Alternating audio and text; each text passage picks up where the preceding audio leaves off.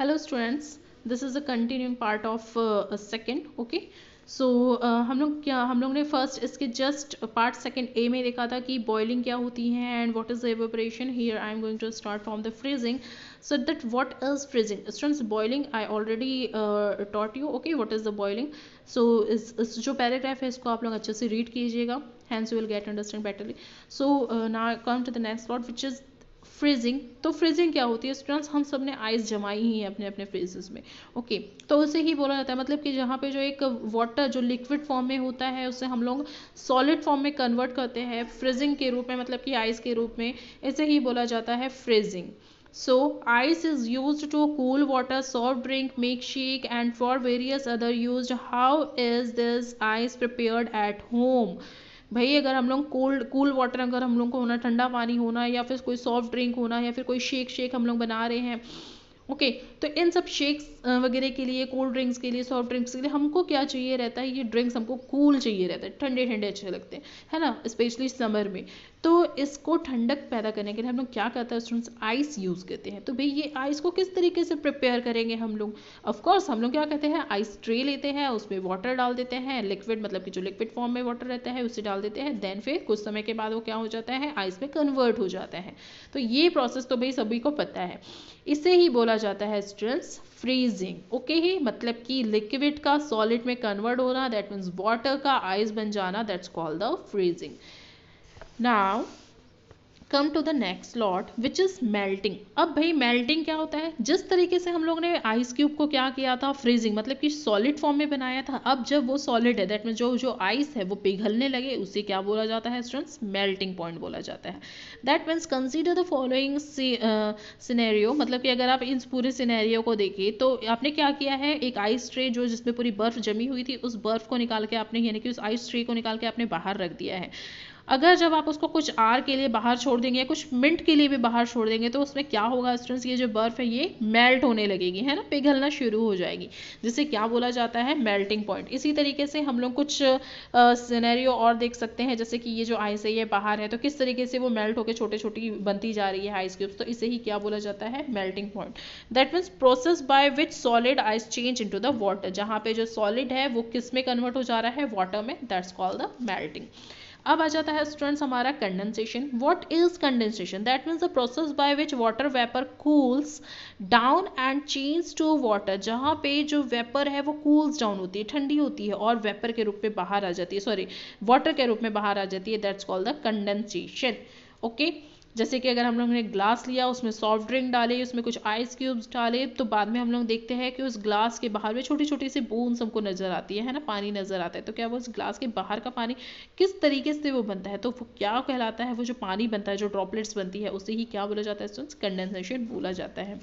Okay, ये मैं आप लोगों को ज़्यादा एकदम वन बाय वन लाइन पढ़ के नहीं बताऊंगी, क्योंकि जब मैंने जितना कहा है अगर आप उसे दोबारा से रीड कीजिएगा तो आपको वही चीज़ इसमें लिखी हुई मिलेगी. दैट्स मैं आपको लाइन वाइज लाइन नहीं बता रही हूँ, पूरे चैप्टर का एक एक पैराग्राफ समझाती जा रही हूँ. ओके, जैसे कि मैंने आप लोगों को बॉइलिंग बताया, क्या होती है बॉइलिंग, क्या होती है फ्रीजिंग, मेल्टिंग क्या होता है, कंडेंसेशन क्या होता है.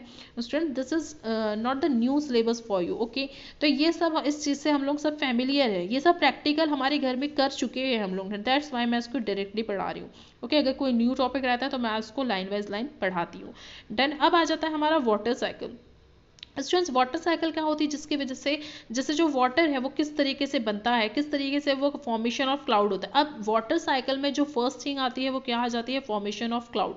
मतलब कि किस तरीके से जो वाटर है वो क्लाउड में फॉर्म होता है. ओके, तो यहाँ पे देखते हैं हम लोग during monsoon season we see lots of clouds in the sky. हम लोग बहुत सारे क्लाउड्स स्काई में देखते हैं. Of course, so the clouds are cluster of tiny water droplet floating in the air. तो भाई ये जो clouds होते हैं ना, ये क्या होते हैं? cluster of tiny water. तो ये छोटे छोटे जो वाटर्स होते हैं उसकी ड्रॉपलेट होती है जो फ्लोट करती है कहाँ पे? एयर में. So have you ever wondered how clouds are form? तो क्या आप लोग बिल्कुल मतलब आपको पता है कि जो वाटर है, जो क्लाउड्स है, किस तरीके से फॉर्म होते हैं? तो इसे ही स्टूडेंट्स यहाँ पे हम लोग देखते हैं. तो भाई इसके फर्स्ट कंडीशन क्या है? Surface water like ocean, river and seas evaporated and water vapor forms. तो यहाँ पे जितना भी जो पानी है हमारे अर्थ में, दैट मीन सरफेस वाटर हो गया, ओशियन वाटर हो गया, रिवर हो गया, सी हो गया, इसमें से क्या होता है, पानी दिन पे दिन एवापोरेट होता जाता है, वेपर होता जाता है, मतलब कि भाप बन के उड़ता है। अभी भाप बन के कैसे उड़ेगा, कैसे वेपराइज होगा उसका, तो यहाँ पे हमारा है सन की जैसे जैसे जो हीट है ये इस पे पड़ती जाएगी तो पानी क्या होता जाएगा भाई, ऊपर उड़ता जाएगा। इसे ही बोला जाता है वाटर वेपोरेशन। ओके, देन फिर नेक्स्ट प्रोसेस होती है, this water vapour reaches the upper atmosphere. अब भी जो पानी है वो वेपर बन रहा है, तो ऑफ कोर्स ये वेपर बन के कहाँ पे उड़ेगा, ऊपर ही जाएगा, एटमॉस्फेयर में ऊपर उड़ता है। धीरे धीरे ये एटमॉस्फेयर में जाते जाता है। अब बहुत ज़्यादा जब ऊपर चला जाता है तो ये क्या हो जाती है, ये जो भाप है ये गर्म जब तक की रहेंगी तब तक कि वो ऊपर उड़ेगी, है ना।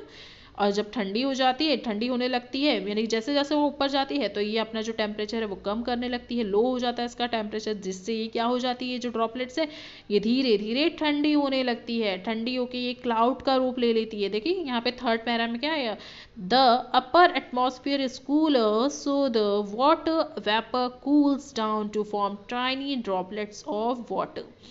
इस तरीके से जब ये वाटर है वो एटमॉस्फेयर में ऊपर जाती है, ठंडी होती है और क्लाउड का रूप ले लेती है, छोटे छोटे ड्रॉपलेट से मिलती है और एक क्लाउड का रूप ले लेती है। So these tiny droplets of water join together to form bigger droplets of water. अब ये छोटी छोटी जो बूंदें हैं, जो ड्रॉपलेट्स है वो ज्वाइन होती है और एक बड़ी ड्रॉपलेट बना लेती है। The cluster of water droplets floating in the air is called cloud.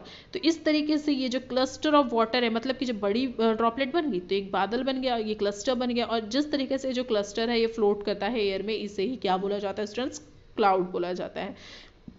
तो होप आप लोग समझ गए होंगे कि ये जो वाटर साइकिल है वो हमें किस तरीके से मिल रही है। तो भाई इसमें जो सबसे फर्स्ट पार्ट है वो आ जाता है क्या, इवेपोरेशन का। अभी हम लोग ने कंडेंसेशन पढ़ा, अभी हम लोग पढ़ रहे हैं evaporation.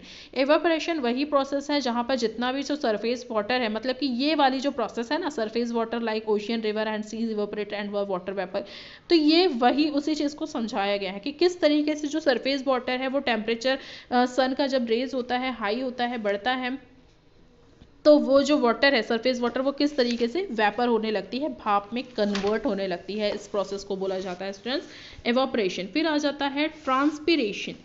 What is transpiration students, देखिए जितने भी जो प्लांट्स होते हैं, plants also release the maximum portion of water vapour into the atmosphere through tiny pores of their leaves called the stomata. This process is called the transpiration.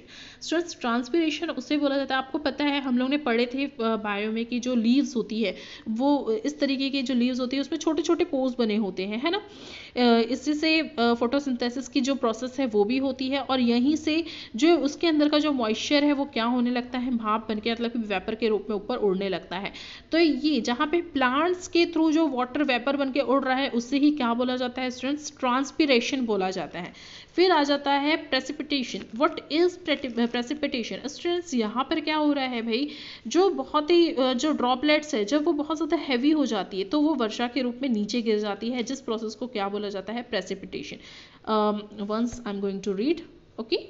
So in the because this precipitation is a new word for you, मैंने आपको short में बताया, अब मैं आपको line wise बता रही हूँ। So in the previous session we have learnt that clouds are formed due to cluster of floating water droplets in the air। भाई हम लोग ने अभी पढ़ा है कि जो वाटर है, जब वो छोटी छोटी जो वाटर की ड्रॉपलेट्स है, बूंद है, पानी की जो बूंद है, वो एक साथ जब मिल जाती है तो एक हैवी ड्रॉपलेट बन जाती है ना, और वो क्लाउड का रूप ले लेती है, क्लाउड के फॉर्म में एयर में फ्लोट करती रहती है। तो भाई जब ये जो फ्लोट है, ये जो क्लाउड है, यानी कि when the floating water droplets in the air come cluster they combine from larger droplet. तो जब ये जो क्लस्टर्स है ये कंबाइन हो जाती है तो एक बड़ा सा ड्रॉपलेट बना लेती है। When this droplet become heavy, और ये जो ड्रॉपलेट है, ये जो मोटी मोटी बूंदे हैं, ये बहुत ज़्यादा हैवी हो जाती है और वो वाटर मतलब कि एटमॉस्फेयर में वो फ्लोट नहीं कर पाती है, तो क्या हो जाता है, वो नीचे गिर जाती है। जिस प्रोसेस को, यानी कि बारिश जब नीचे गिरने लगती है, इसी प्रोसेस को क्या बोला जाता है स्टूडेंट्स, प्रेसिपिटेशन बोला जाता है।